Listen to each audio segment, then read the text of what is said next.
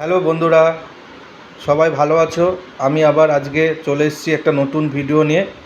আমি কালকে বলেছিলাম সিরিঞ্জ পাম্পের ভিডিওটা যারা যারা দেখেছো তাদেরকে আমি কথা দিয়েছিলাম যে আজকে আমি এই ল্যাবোমেট যে কোম্পানির মাইক্রোস্কোপ আছে, এটা হচ্ছে কোম্পানি নেম, মডেল নাম্বার হচ্ছে LX400। এই মাইক্রোস্কোপটার ব্যাপারে আমি তোমাদেরকে দেখাবো বলেছিলাম। মাইক্রোস্কোপটার বেসিক্যালি এই মাইক্রোস্কোপের কী কী প্রবলেম হয়, মাইক্রোস্কোপের কী কী মানে কোথায় কি থাকে সেই ব্যাপারে তোমাদেরকে আমি জানাবো বলেছিলাম। তো আশা করছি ভিডিওটা তোমাদের ভালো লাগবে। তোমরা ভিডিওটা স্কিপ না করে একদম শেষ পর্যন্ত দেখবে।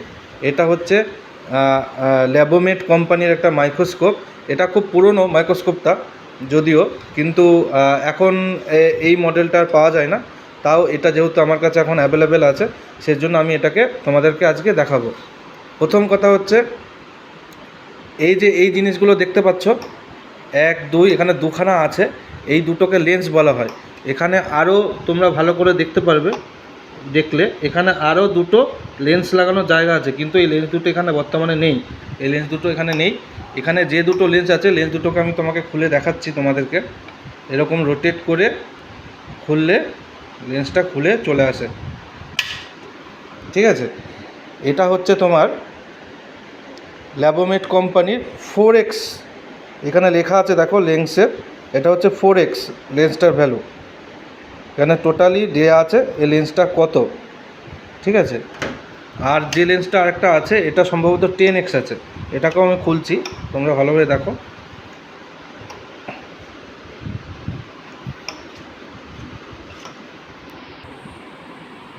লেন্সটা আমি খুলছি,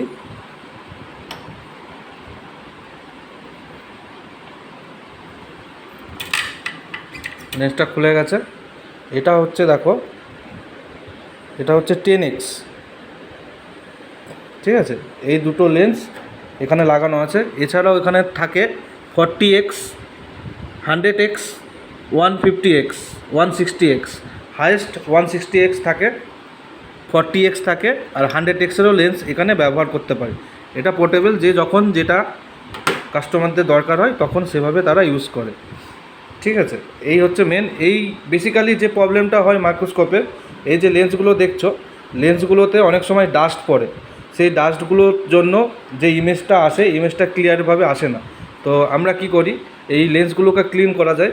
লেন্স ক্লিয়ার বলে একটা লিকুইড পাওয়া যায়, যেটা দিয়ে লাগিয়ে এটা মুছলে লেন্সগুলো ক্লিন হয়ে যায়, ঠিক আছে? তো এই হলো বেসিক লেন্সের প্রবলেম। ফার্স্ট যে প্রবলেমটা চেক করতে হবে লেন্সের প্রবলেম। অনেক সময় লেন্সের কারণে ছবি ঠিকঠাকভাবে স্পষ্ট না আসে, তার জন্য কাস্টমাররা আমাদের ফোন করে, এসে একবার চেক আপ করার জন্য বলে।